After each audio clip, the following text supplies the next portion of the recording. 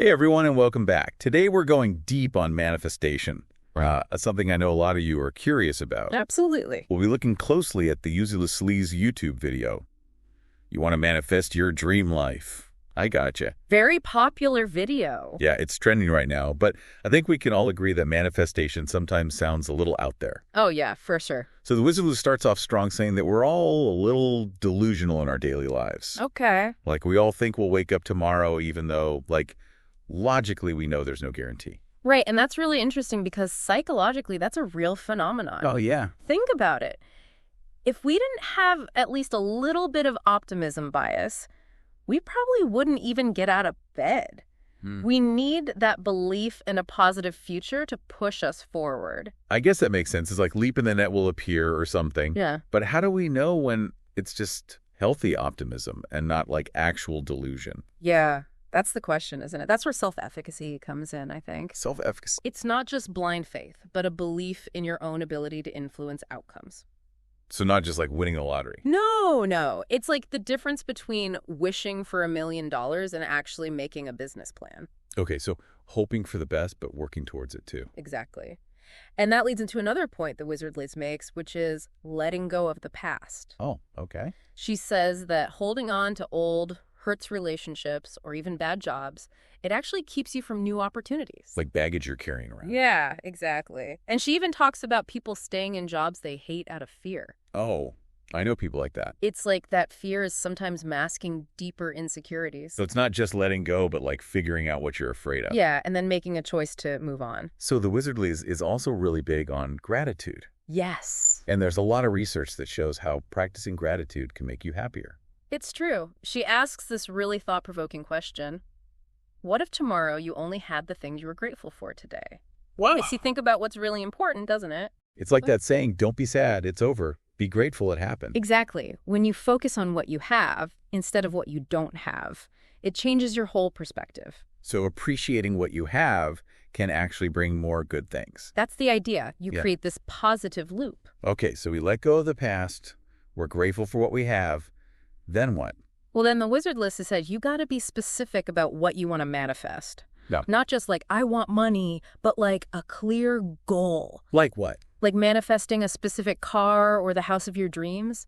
It's like the universe needs an address, not just like somewhere nice. Exactly. And that's where visualization comes in. Okay. The more clearly you can picture it, the better. Like making a blueprint. Yes. Okay. Like an architect.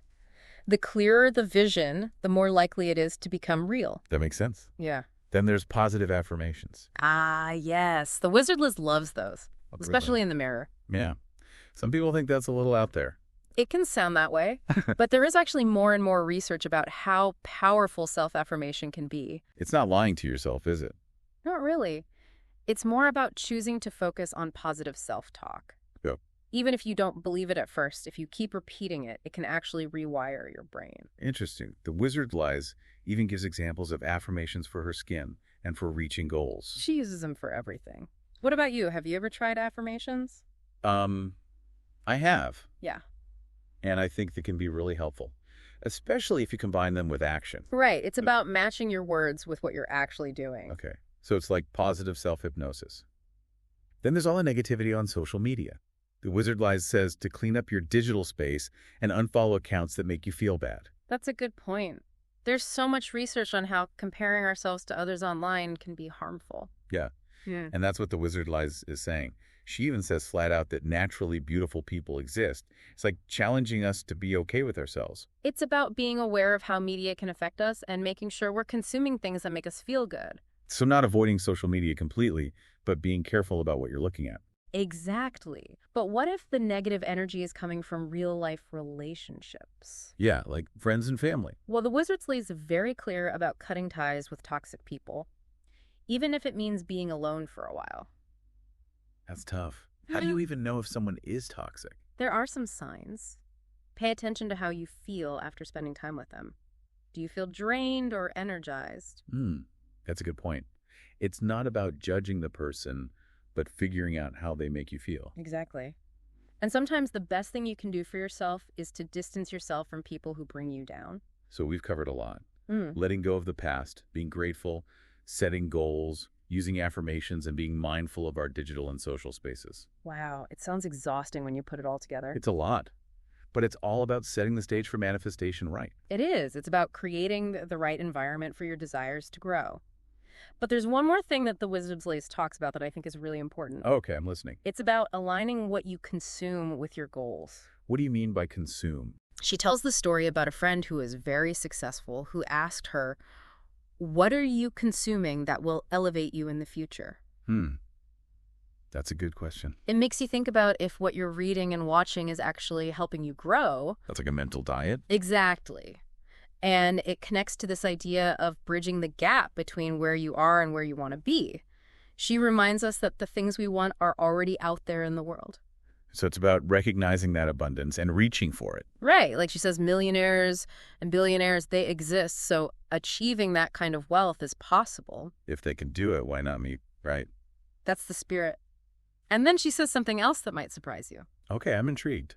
What is it? She talks about asking for signs, like looking for guidance from something bigger than yourself. Like God or the universe or whatever you believe in. Exactly, like a little nudge in the right direction. What kind of signs, though? It could be anything, really. It's about being open to seeing them and interpreting them in a way that makes sense to you. She tells this story about asking for a lion as a sign. A lion. But then she got an angel figurine instead. And she took that to mean protection, like a different kind of strength. So it's about trusting your gut and noticing those little coincidences. Exactly. Like the universe is trying to tell you something. Okay, so we're setting goals, taking action, and looking for signs. Mm-hmm. What else can we do? Visualization and vision boards. She's a big believer in those. Really? Even if you make one and then just forget about it? Apparently. And there's actually some science behind visualization. Is there? When you really imagine yourself achieving a goal, your brain kind of reacts like you're actually doing it. So you're tricking your brain into thinking it's already happened. Kind of. And that can really boost your motivation. She even says she manifested everything on a list she wrote years ago, and I'd totally forgotten about. Wow. Okay, so maybe I should make a vision board. It's worth a shot, right? Just putting those intentions out there. But Thewizardliz also keeps saying that action is important. Oh, absolutely. It's not enough to just think positive thoughts. Right. You got to actually do something. Exactly. And that's where deservingness comes in. Deservingness.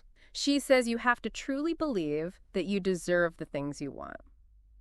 That's hard for some people. It is. It goes back to that self-efficacy we talked about. Right. If you don't think you're capable, you won't even try. So she says to act like blessings are already coming your way. Like think it till you make it. In a way, it's about seeing abundance all around you. And not comparing yourself to others. Yeah. She even points out that there are probably people way richer than Jeff Bezos that we'll never know about. Because they're so low-key? Exactly. So there's more wealth out there than we realize. Okay, so believing you deserve it is important. But what if things don't work out? That's where letting go of attachment comes in. Like not being too obsessed with the outcome. Right. Not being desperate. She even compares it to dating. Dating. She says sometimes when you stop chasing someone, they suddenly become more interested. It's true. The energy changes. So it's about trusting that things will work out in the right way at the right time. Even if it's not exactly how you planned it. Exactly. It's a balancing act. So at the end of the video, she basically says, try it and see what happens. Right. She knows not everyone will agree with her. But for those who are open to it. She believes it can really change your life. So we've covered a lot in this deep dive. Letting go, being grateful, setting goals, affirmations, taking action. It's a lot to think about. It is. So as we finish up part 2, what stands out to you the most? Honestly, for me, it's that deservingness thing that really hit home. I think I've always struggled with that a little. Yeah, it's something a lot of people face. It comes down to how much you value yourself. Right. It's like, who am I to think I can have all these amazing things? That's where the abundance mindset is so powerful. It's not about taking away from anyone else. It's like there's enough to go around. Exactly. And it ties into what we were saying about comparing yourself to others. When you do that, you create this feeling of scarcity. Comparison is the thief of joy, right? Mm-hmm. It really is. That's why it's so important to be careful about what you let into your mind. When you consume online and in real life. Yes. And it's important to remember that Thewizardliz is just one voice. There are so many different approaches to manifestation. Like a whole buffet of ideas. Exactly. Some people are more spiritual about it. Others focus on the psychology. So it's really a personal journey. It is. The key is to find what works for you. Like a choose your own adventure to your dream life. I like that. But one thing that seems to be true across the board is that you have to take action.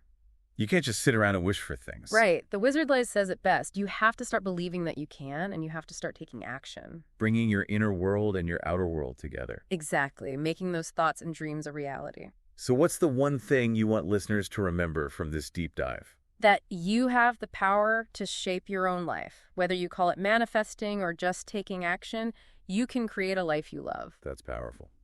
It's all about taking control. It all starts with one step. So here's a final question for you all.